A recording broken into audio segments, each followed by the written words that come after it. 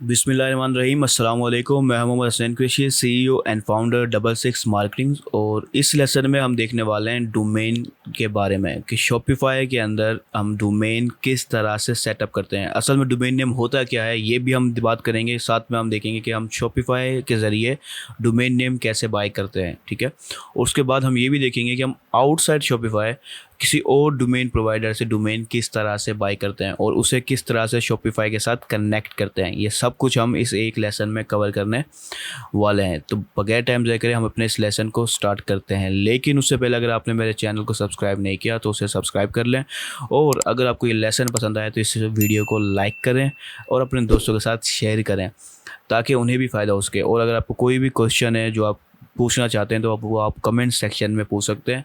इंशाल्लाह हम उसके जवाब जल्द से जल्द देंगे। तो चलिए अपने इस लेसन को स्टार्ट करते हैं। इस लेसन में हम बात करने वाले हैं व्हाट इज़ डोमेन नेम। असल में डोमेन नेम क्या होता है, मैं आपको आसान अल्फाज में समझाने की कोशिश करता हूँ कि डोमेन नेम एक एड्रेस को कहते हैं। अब एड्रेस से मुराद मिसाल के तौर पर आप अगर किसी जगह पे रहते हैं, ज़ाहिर सी बात है आपका घर का कोई एड्रेस होगा। अगर किसी पर्सन आपसे कोई पूछता है कि आप कहाँ रहते हैं तो आप ये कहें कि हम घर में रहते हैं, तो उससे बिल्कुल भी समझ नहीं आएगा कि एग्जैक्टली आप किस जगह में रहते हैं, ठीक है। सबको पता है कि आप घर में रहते हैं, लेकिन आपका एड्रेस पूछना चाह रहा है वो, ताकि वो आप तक पहुंच सके, आप तक रसाई हासिल कर सके, ठीक है। तो उसके लिए आपको लाजमी बात है एक एड्रेस होगा। मिसाल के तौर पर आपकी कंट्री, आपकी स्टेट, पंजाब वो जैसे मिसाल के तौर पर, उसके बाद सिटी, आपकी स्ट्रीट, टाउन, सब चीज़ें जब आप एग्जैक्ट बताएंगे तो ही कोई पर्सन आप तक पहुंच पाएगा। इसी तरह वेबसाइट के ऊपर भी यही चीज़ होती है कि वेबसाइट किसी न किसी जगह होस्ट होती है तो हमें होस्टिंग का पता होना चाहिए। लेकिन उस होस्टिंग तक यानी कि उस वेबसाइट तक रीच करने के लिए डोमेन नेम जो कि एड्रेस होता है हमारी वेबसाइट का, वो पता होना चाहिए। पहले जब डोमेन नेम नहीं होते थे तो ये जो लफ्ज़ होते थे वो आईपी के अंदर होते थे, यानी कि 92.28.48 वगैरह वगैरह। तो इस तरह से जो नंबरों में होता था वो याद रखना मुश्किल होता था बहुत। तो बाद में डोमेन नेम जो है ना इस्तेमाल किए गए। तो डोमेन नेम क्या होते हैं, एक सिंपल से नाम होते हैं, जैसे google.com, ठीक है। जैसे इस वक्त आपको ये नज़र आ रहा है nayasiko.myshopify.com, ये एक सब डोमेन है जो शॉपिफाई की तरफ से हमें फ्री में दिया गया है। कोई पर्सन जब इसे विज़िट करेगा, ठीक है, मिसाल के तौर पर ये देखें, तो जब कोई पर्सन हमारे इस डोमेन को विज़िट करेगा तो वो हमारे स्टोर तक पहुंच भी आएगा, ठीक है, हमारे सारे प्रोडक्ट देख सकता है, बाय कर सकता है। तो ये सब डोमेन है जो हमें शॉपिफाई की तरफ से फ्री में मिला है। तो आप इस डोमेन को भी इस्तेमाल कर सकते हैं। लेकिन अगर आपका खुद का ज़ाती डोमेन होगा, यानी कि जिसमें शॉपिफाई का नाम नहीं होगा, मिसाल के तौर पर nayasiko.com, google.com, facebook.com, ये सारे ज़ाती डोमेन है जिसमें किसी और की ब्रांडिंग नहीं है, आपकी खुद की ब्रांडिंग है। तो अगर आप इस तरह के डोमेन को इस्तेमाल करेंगे तो वो ज़्यादा बेहतर है। लेकिन यहाँ पर मैंने आपको समझाने का मकसद था कि डोमेन क्या होता है, ठीक है, कि डोमेन एक एड्रेस है जो कि आपकी वेब यूज़र को मदद करता है आपकी वेबसाइट तक पहुंचने में, यानी कि आपके कंटेंट तक रसाई हासिल करने के लिए वो एड्रेस का काम करता है। इस लेसन में हम बात करेंगे कि हम शॉपिफाई के ऊपर अपना खुद का ज़ाती एक कस्टम डोमेन किस तरह से बाय कर सकते हैं। पिछले लेसन में हमने बात की कि डोमेन क्या होता है असल में। अगर आपको नहीं पता कि डोमेन नेम असल में होता क्या है तो आप पिछले लेसन को देख सकते हैं। बाकी यहाँ पर हम बात करने वाले हैं कि हम शॉपिफाई के ऊपर अपना खुद का कस्टम डोमेन किस तरह से बाय करते हैं। तो इसके लिए हमें अपनी सेटिंग में जाना होगा।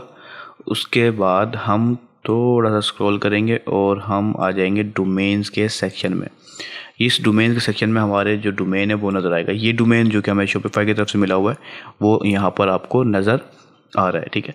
उसके बाद अगर हम बाय करना चाहते हैं तो हम बाय न्यू डोमेन के इस बटन पे क्लिक करेंगे, ठीक है। तो हम यहाँ शॉपिफाई के ऊपर ही चंद मिनट के अंदर डोमेन को बाय कर सकते हैं, ठीक है। मिसाल के तौर पर मैं यहाँ पर डोमेन सर्च करूँगा जो भी मैं डोमेन बाय करना चाहता हूँ, ठीक है। मिसाल के तौर पर नया सीखो, मैंने ये देखा। तो अब हम देखते हैं कि क्या ये डोमेन अवेलेबल है। तो उसने कहा ये डोमेन अवेलेबल नहीं है, .com में अवेलेबल नहीं है। अगर हम किसी और एक्सटेंशन में देखें तो ये हमें .net, .org, .store, shop, बहुत सारे ऑप्शन नज़र आ रहे हैं। तो जो भी आप डोमेन बाय करना चाहते हैं ये आपकी अपनी मर्ज़ी होगी, आप अपने स्टोर या अपने प्रोडक्ट के हिसाब से बाय कर सकते हैं। तो जो भी नाम आप रखना चाहें वो आप यहाँ पर देखें, आपको डोमेन काफ़ी बड़ी तादाद में मिल जाएंगे मुख्तलिफ एक्सटेंशंस के साथ। आप उनमें से कोई भी बाय करें, उनके आगे इनकी प्राइस लिखी हुई है, जैसे ये $18 पर ईयर है, ये $9 पर ईयर है, ये $10 है, तो मुख्तलिफ प्राइस होंगी। अगर ये आपको मिलता तो ये $15 पर ईयर में आपको मिलता, यानी कि $15 आपको हर साल भरने होते। तो आपने सिंपली इस बाय पे बटन पे क्लिक करेंगे, ठीक है, तो आपका कार्ड क्योंकि शॉपिफाई के ऊपर ऑलरेडी अटैच होगा, ये ऑटोमेटिक उस कार्ड के ज़रिए आपकी पेमेंट को एक्सेप्ट कर लेगा। अगर मैं इसे अभी करता हूँ तो ये मेरे कार्ड से पेमेंट को डिटेक्ट कर लेगा।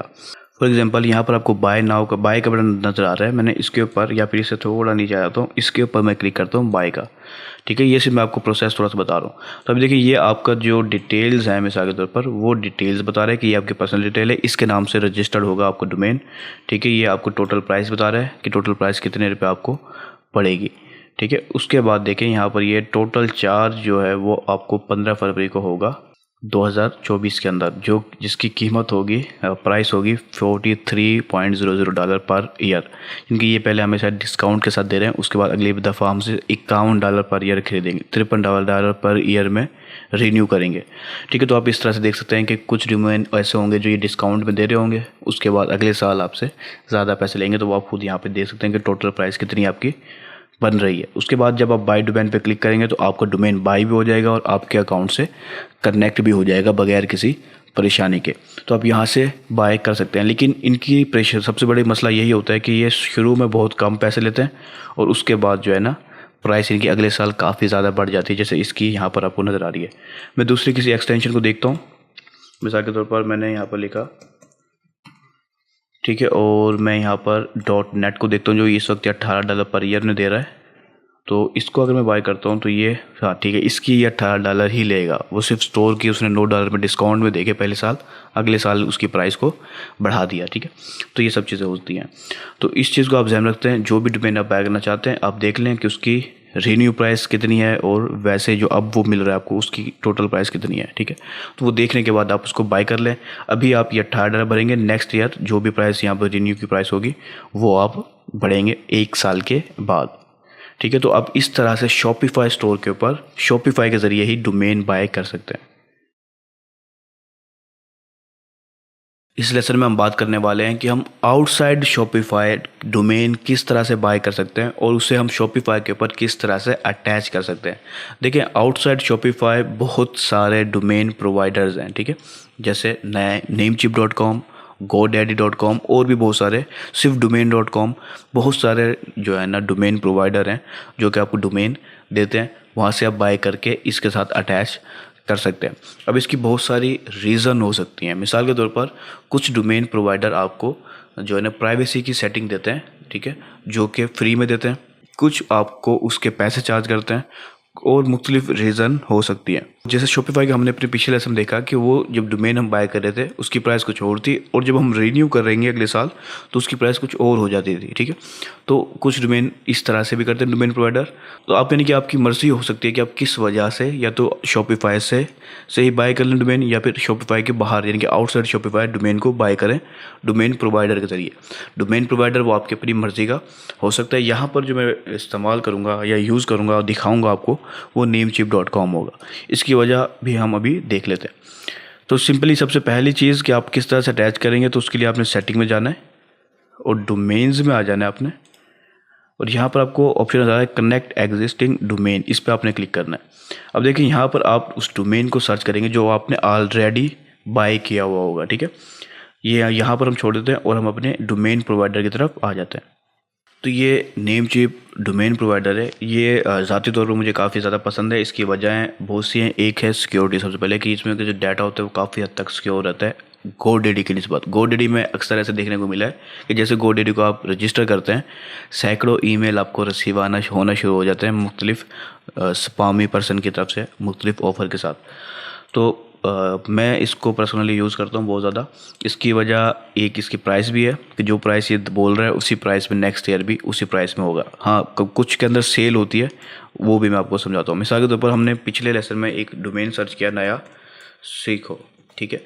अब आपको याद हो अगर तो हम उसमें .com डोमेन हमें बाय करने की इजाज़त नहीं थी, ठीक है, लेकिन इसमें वो डोमेन अवेलेबल है, लेकिन वो प्रीमियम डोमेन है। कुछ डोमेन जो होते हैं वो प्रीमियम डोमेन होते हैं, उनकी प्राइस पहली दफ़ा में बहुत ज़्यादा होती है, ठीक है, पहली दफ़ा उसकी प्राइस काफ़ी ज़्यादा होती है।